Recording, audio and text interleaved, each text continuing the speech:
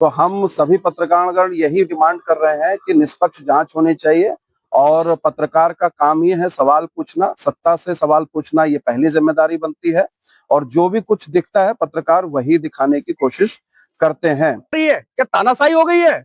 ऐसी तानाशाही हमने कभी पहले नहीं देखी थी। अगर पत्रकार में आजादी नहीं रहेगी तो आदमी कहाँ जाएगा? जब देश की कालाबाजारी हो रही, पत्रकार खबरें ना दिखाए, मतलब अगर खबरें दिखाएगा तो उसमें मुकदमा दर्ज कर देंगे क्या आप? क्योंकि इस तरह के फर्जी मुकदमे पत्रकार नहीं सहेंगे। पत्रकार लोकतंत्र का चौथा स्तंभ है। हर गरीब की आवाज शासन तक पहुंचाता है और शासन की योजनाएं गरीब तक पहुंचाता है। तो कोई भी पत्रकार के खिलाफ तहरीर दे रहा है और प्रशासन उसमें मुकदमा दर्ज कर ले रहा है। ये मतलब कि हिटलर शाही हो गई है।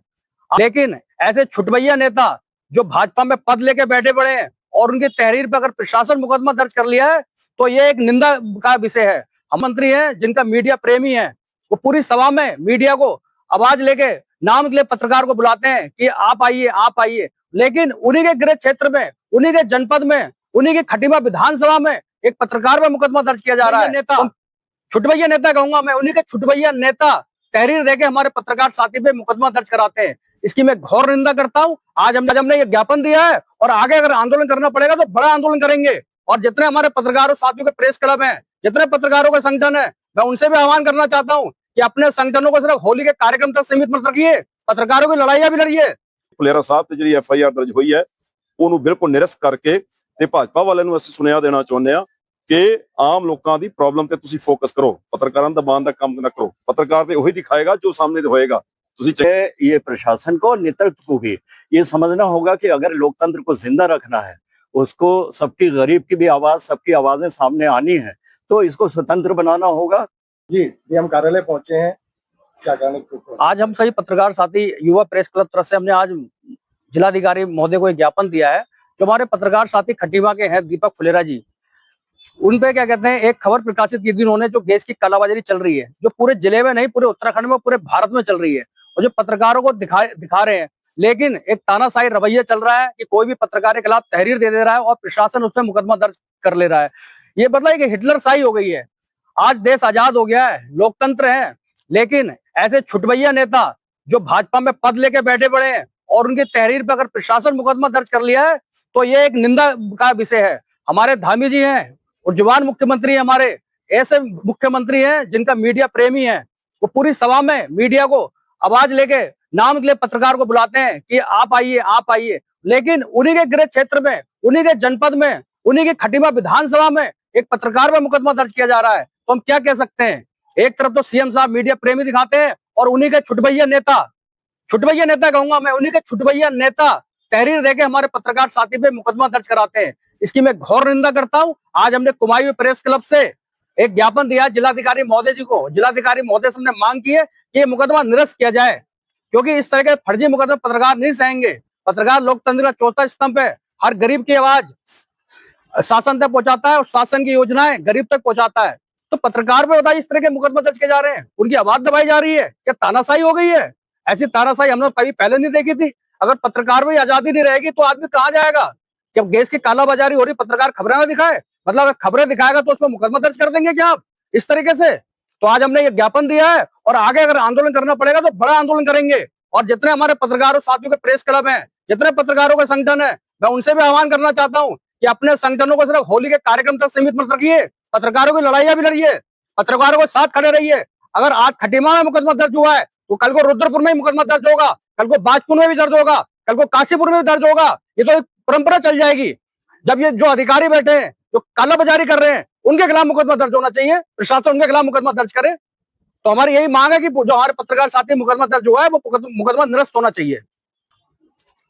जी रुपये खटीमा के वरिष्ठ पत्रकार दीपक फुलेरा जो गैस की किल्लत के खिलाफ खटीमा क्षेत्र का चकरपुर एक इलाका पड़ता है, वहां पर गैस की किल्लत के खिलाफ रिपोर्ट दिखा रहे थे और उसके खिलाफ भारतीय जनता पार्टी का कोई महामंत्री है, उसकी तहरीर पर पुलिस ने तुरंत एक्शन लेते हुए मुकदमा पंजीकृत कर दिया है। हालांकि पुलिस अब जांच की बात कह रही है, तो हम सभी पत्रकारगण यही डिमांड कर रहे हैं कि निष्पक्ष जांच होनी चाहिए और पत्रकार का काम ये है सवाल पूछना, सत्ता से सवाल पूछना ये पहली जिम्मेदारी बनती है और जो भी कुछ दिखता है पत्रकार वही दिखाने की कोशिश करते हैं।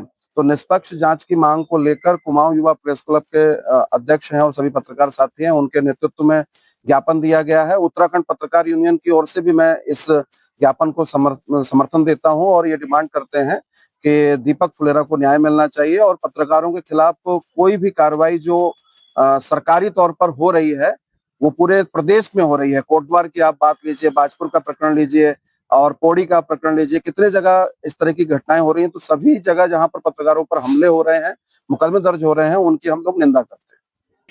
ਸਭ ਤੋਂ ਪਹਿਲਾਂ ਤਾਂ ਜਿਹੜੇ ਸਾਡੇ ਵਰਿਸ਼ਟ ਪੱਤਰਕਾਰ ਨੇ ਖਟੀਮਾ ਦੇ ਫੁਲੇਰਾ ਸਾਹਿਬ, ਉਹਨਾਂ ਦੇ ਉੱਤੇ ਜਿਹੜਾ ਮੁਕੱਦਮਾ ਕੀਤਾ ਗਿਆ ਇਹਦੀ ਅਸੀਂ ਕੋਰਟ ਨਿੰਦਾ ਕਰਦੇ ਹਾਂ।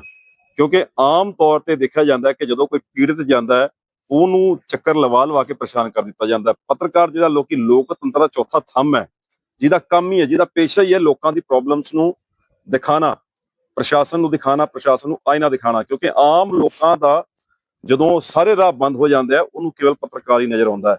ਲੇਕਿਨ ਪੱਤਰਕਾਰਾਂ ਉੱਤੇ ਇਸ ਤਰੀਕੇ ਦੇ ਜਿਹੜੇ ਕੇਸ ਕਰਕੇ ਦਬਾਉਣ ਦੀ ਕੋਸ਼ਿਸ਼ ਕੀਤੀ ਜਾ ਰਹੀ ਹੈ, ਇਹ ਕਾਬਲੇ ਬਰਦਾਸ਼ਤ ਨਹੀਂ ਹੈ।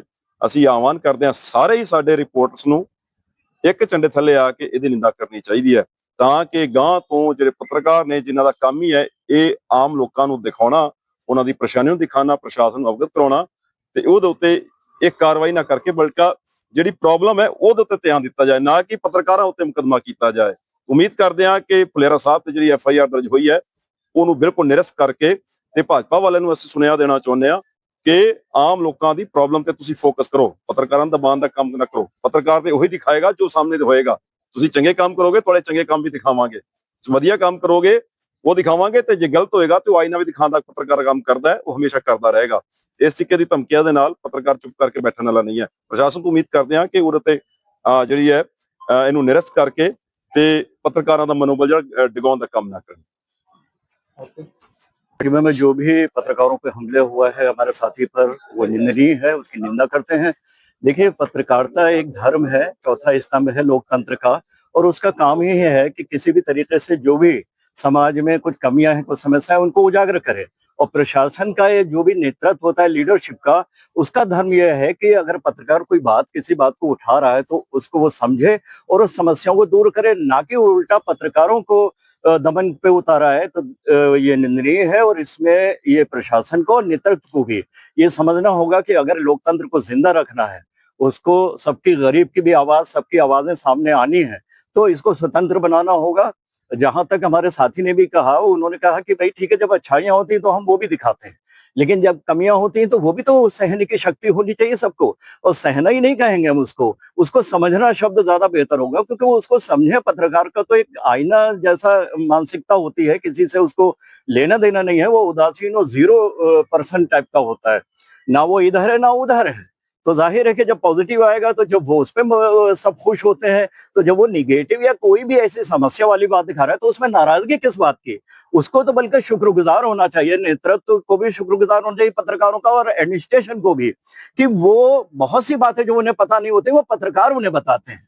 तो पत्रकार तो उनके एक तरीके से हितैषी है, बजाय वो समस्या और इनलार्ज हो, बड़ी हो और उससे और सामाजिक द्वेष या सामाजिक परेशानियां बढ़े, उससे बेहतर अगर कोई पत्रकार उसको चिंगारी हल्की सी बढ़ रही है और उसका वो इंगित कर देता है, उसको वो समझा देता है, तो मैं समझता हूँ इसके लिए तो प्रशासन को और जो भी नेतृत्व है, हमारे नीति निर्धारक हैं, उनको एहसानमंद होना चाहिए पत्रकारों का इस बात के लिए कि भाई ठीक है, आपने वक्त पे हमको ये इन्फॉर्मेशन दी, सूचना दी, हम आपके बहुत आभारी हैं। बजाय इसके कि उनका दमन किया जाए, उनको क्रिटिसाइज किया जाए, उनकी आवाज का गला घोटा जाए, तो ये लोकतंत्र का गला घोटने के बराबर है।